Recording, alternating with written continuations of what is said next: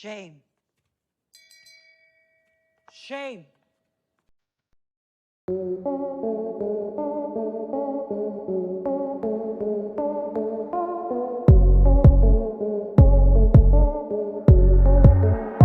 Hollywood, the land of dreams, or more accurately, the land of coked up executives, nepo babies, and enough Botox to paralyze a moose.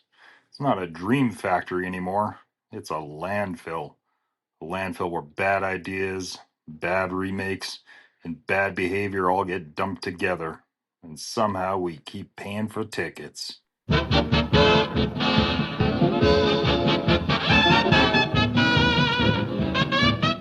Movies used to end. Now they're just franchises on life support. Marvel? It's no longer a cinematic universe. It's a cinematic hostage situation. Marvel's cost over 200 million and bombed so hard they had to check if Brie Larson's smirk caused earthquakes. Disney's response? Don't worry, Madam Web is coming. Film so unwanted, even Dakota Johnson admitted she didn't know what was going on. Movie collapsed at the box office faster than Sony stock.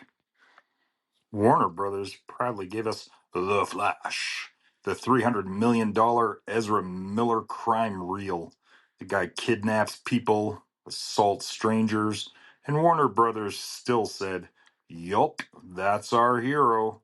If y'all want to die, I suggest just killing yourselves with your own guns. The movie flopped so badly, Michael Keaton probably wished he'd stayed home in his Batman pajamas. And then there's Indiana Jones 5. Watching 80-year-old Harrison Ford run was like watching your grandpa chase a raccoon after 2 hip surgeries. That wasn't action. That was elder abuse in Dolby Atmos.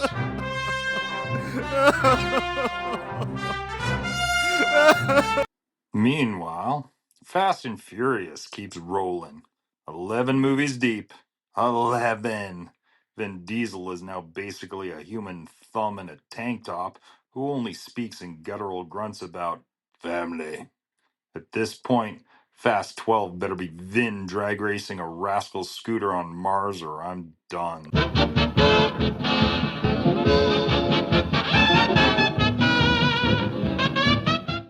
Hollywood stars aren't stars anymore.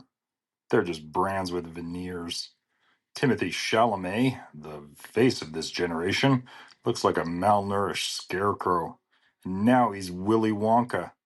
Nothing says eccentric chocolatier like a guy who looks allergic to chocolate.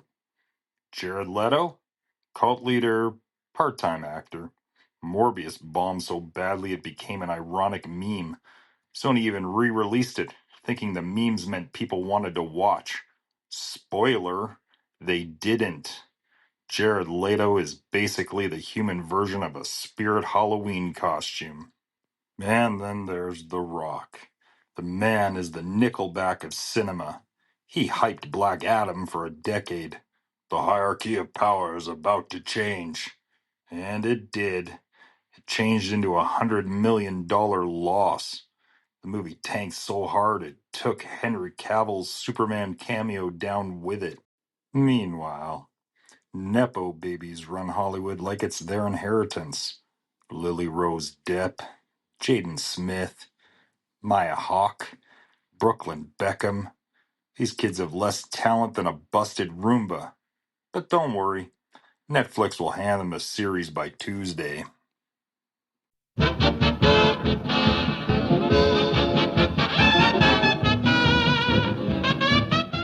Theaters are dying. And streaming didn't save us. It smothered us in garbage. Netflix is the world's most expensive trash bin. For every Stranger Things, there are 500 forgettable shows starring people who look like IKEA employees. Remember Red Notice? $200 million for The Rock, Ryan Reynolds, and Gal Gadot to smirk at each other in front of green screens. It was less of a movie and more 3 Instagram ads colliding. Disney Plus? Nothing but Marvel homework and Baby Yoda reruns. HBO Max? Excuse me, Max. Deleted half its library because David Zaslav needed pocket change. They even axed Batgirl after spending $90 million. Imagine finishing a movie and the CEO just says, "Nah, delete." Apple TV Plus, the only people watching it are in dentists' waiting rooms. Streaming isn't saving cinema. It's vomiting endless content and praying you click before canceling your subscription.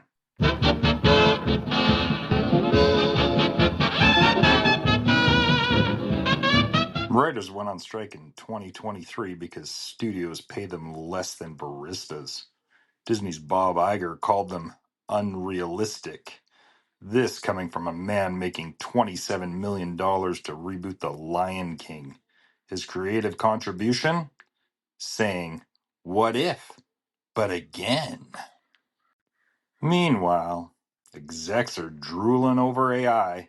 Why pay humans when ChatGPT can churn out Fast and Furious 12 family values in 30 seconds? Spoiler, AI dialogue already sounds like Marvel quips. Insert witty banter here. Boom. $200 million opening weekend.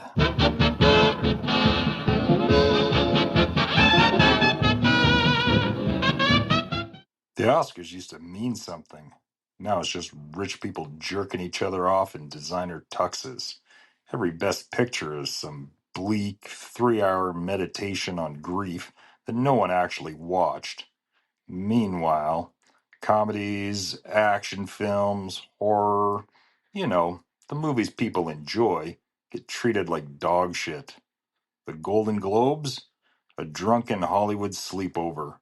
They literally nominated Emily in Paris. That's not television. That's psychological warfare. And the Met Gala? Celebrities dress like deranged chandeliers while lecturing us about climate change.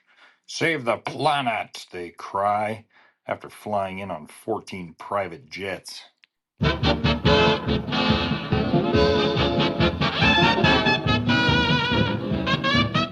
Oh, the meltdowns. Will Smith slapped Chris Rock and turned the Oscars into WrestleMania. Jada immediately monetized it with a memoir, because nothing says healthy marriage like cashing in on your husband's humiliation. Ezra Miller, crimes in 3 states. Still got a superhero movie. Amber Heard and Johnny Depp, 6 weeks of televised divorce court. It was keeping up with the Pirates of the Caribbean. The only winners? The lawyers charging $700 an hour. Kanye West? His career exploded like a train derailment in real time, except the train was also tweeting anti Semitic rants. Hollywood meltdowns aren't a bug, they're features. Celebrities exist now to create content, not in films, but in scandals.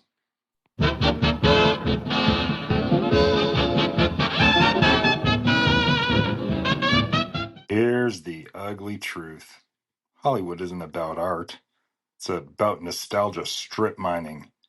That's why we keep getting Ghostbusters Afterlife, Indiana Jones 5, Little Mermaid, The Marvels, Madam Web, Frozen 3, Toy Story 5, and yet another Avengers. Studios don't care if it's good. They care if it's branded. It's Botox, billionaires, and bullshit.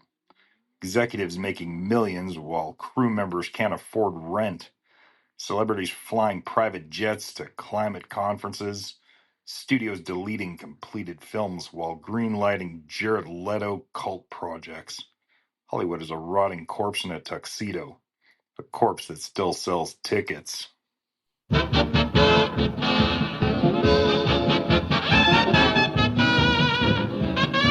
Hollywood is dead. The dream factory is gone.